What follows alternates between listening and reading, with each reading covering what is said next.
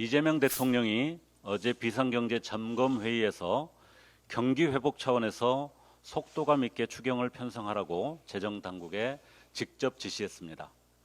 이 대통령은 재정의 역할 강화가 필요하다는 공감대를 전제로 부처별로 추경 핵심 사업을 잘 발굴해달라고 언급했습니다.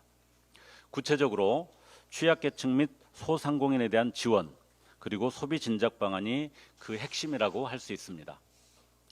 윤석열발 내란 경제의 충격은 넓고도 깊었습니다. 6개월간 지속된 내란 국면은 소비 심리를 얼어붙게 했고 민생 경제를 초토화했습니다.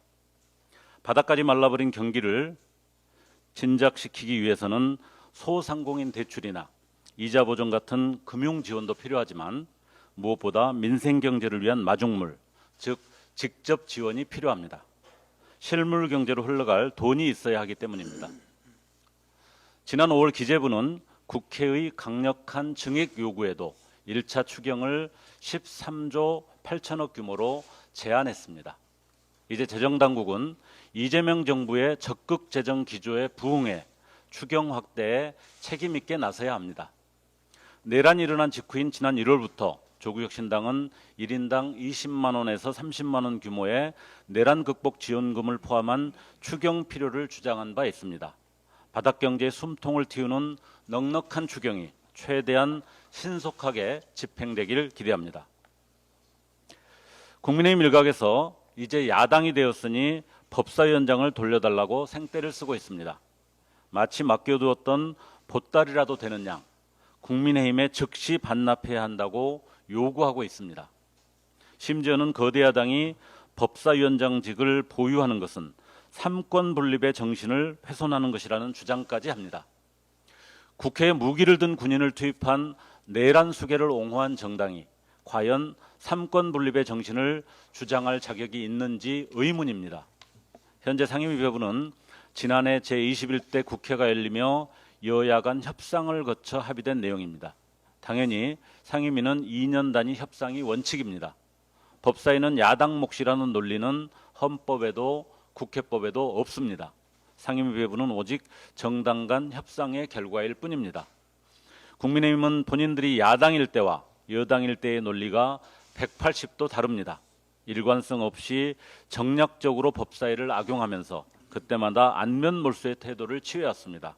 애초부터 국민의힘은 법사위를 정치적 공세의 지렛대이자 입법 무효화 수단으로 의도했기 때문입니다. 제3당 원내대표로서 국민의힘에 충고합니다.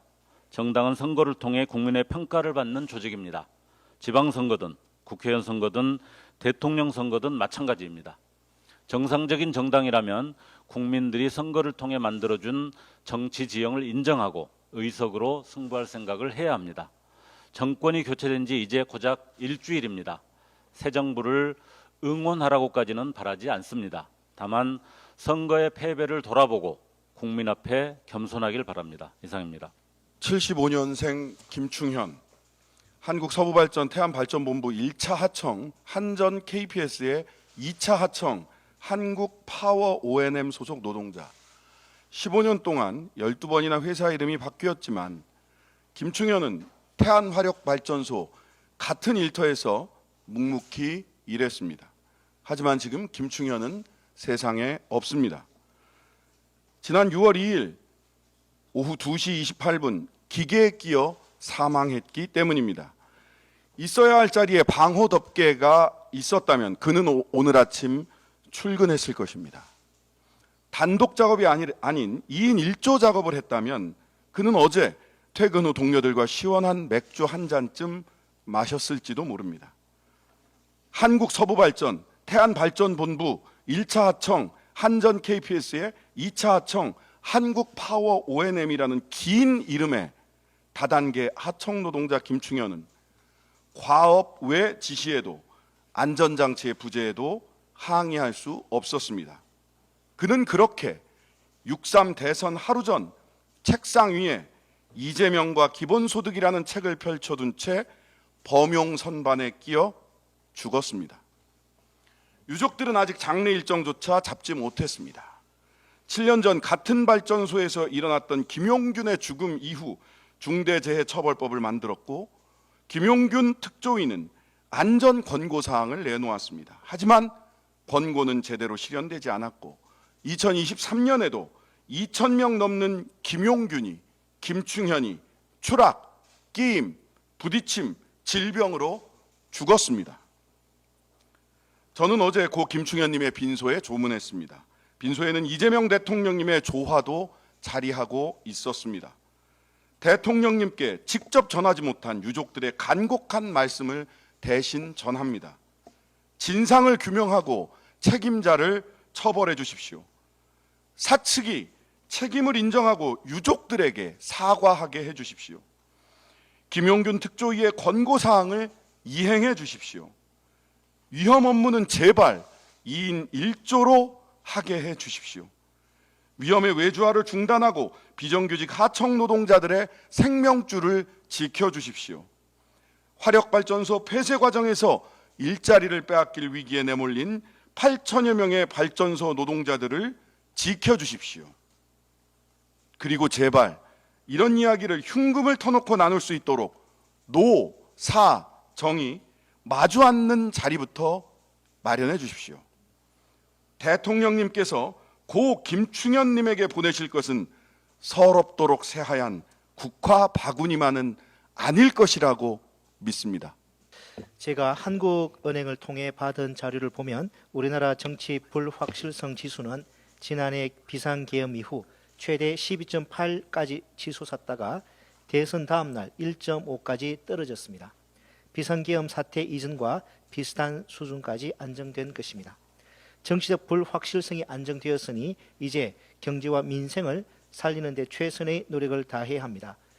한국은행과 KDI가 올해 경제 성장률을 0.8%까지 낮춘 이후 OECD도 이달 초 성장률을 1.5%에서 1.0%로 낮췄습니다.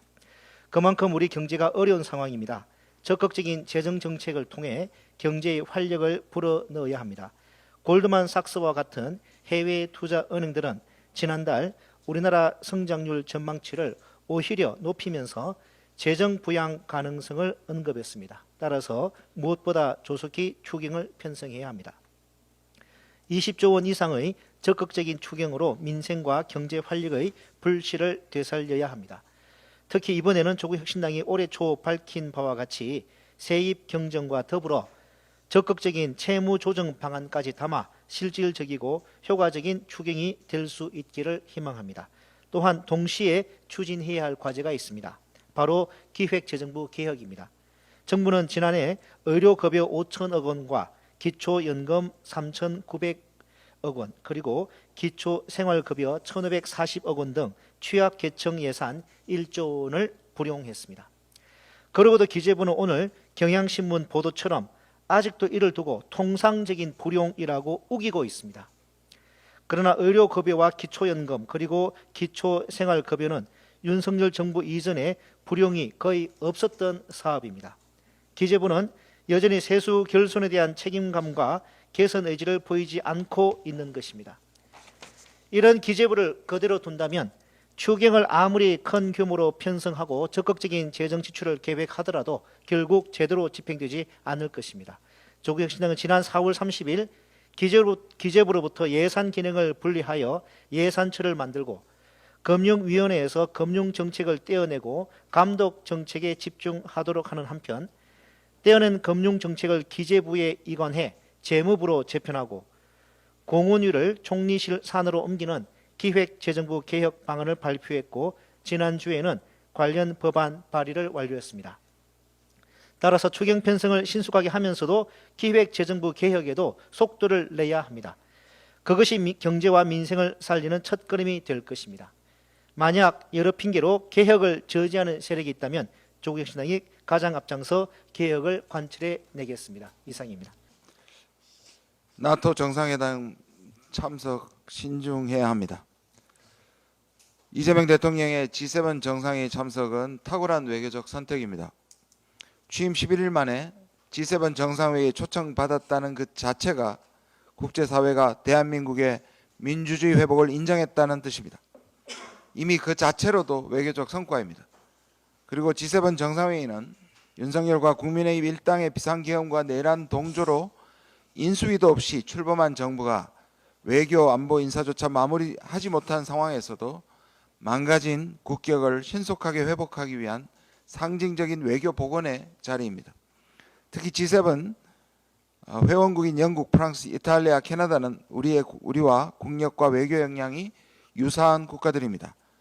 만약 일본의 방해와 견제 그리고 윤석열 정부의 헛된 짓과 외교 참사들이 없었다면 어쩌면 우리 대한민국은 이미 G7의 일원이 되었을 가능성이 컸습니다. 하지만 너무 부담 갖지 마십시오. 대한민국의 민주주의가 회복됐다는 이 메시지 하나만 국제사회에 알려도 충분합니다. 다시 대한민국이 제자리를 찾았다고, 민주주의가 회복됐다고 이 한마디만 세계에 전달한 것만으로도 이재명 정부의 G7 정상외교는 성공입니다. 그러나 이달 말에 있을 나토 정상회담 참석은 전혀 다른 문제입니다. 대한민국은 나토 회원국이 아니며 나토는 군사동맹입니다. 가치연대의 군사동맹은 완전히 다른 차원의 문제입니다. 나토는 1949년 창설 이후에도 법적 토대는 그대로지만 전략 개념은 수차례 조정되어 왔으며 최근에는 다시 냉전 당시의 군사동맹으로 회귀하고 있습니다. 특히 2022년부터 중국과 러시아를 가상 적국으로 취급하고 있습니다. 또한 작전 영역을 인도태평양으로 확장하려는 흐름 또한 뚜렷합니다. 이는 바이든 행정부의 기조였고 트럼프 대통령이 입장을 달리한다고 하더라도 미 국방부를 포함한 군사 전략가들은 여전히 이 구상을 굳건하게 추진하고 있습니다. 이런 구상이 지난번 미일 국방장관이 한반도를 동중국해와 남중국해와 하나의 정구로 묶으려는 원시어터 구상과 연결됩니다. 이런 상황에서 성급하게 나토 정상회의에 참석하는 것은 실익이 없습니다. 이재명 정부가 표방하는 실용 외교와도 맞지 않습니다. 지금은 우리의 국익을 위해서 충분한 시간을 가지고 치밀한 외교 전략을 수립하고 나서 대처해도 늦지 않습니다.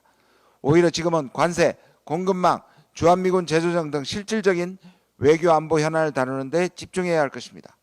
특히 취임한 지 11일 만에 G7 정상외교에서 나토 핵심 회원국 수장을 다 만났는데 다시 일주일 만에 나토 정상회의에 가는 일정은 민생 회복과 국정 안정에 전념해야 할 시기와 맞지도 않습니다. 우리는 너무 잘 알고 있습니다. 나토 정상회담에 간다고 하면 민생은 뒷전이라고 할 사람들, 또 안 가면 자유진영 포기라고 비난하고 중국과 러시아 눈치를 본다며 실용외교의 실패를 운운할 사람들, 그들이 누구인지 우리는 너무도 잘 알고 있습니다. 그러나 눈치 볼 이유도 없고 흔들릴 이유도 전혀 없습니다. 위대한 대한국민의 지지를 받고 탄생한 주권정부로서 국민만 믿고 가십시오. 국익중심 실용외교를 표방한 이재명 정부의 성공을 위해서 국민 여러분께서도 사안의 본질을 정확하게 살펴봐 주시기를 바랍니다. 외교는 국민과 국익이 우선입니다. 감사합니다.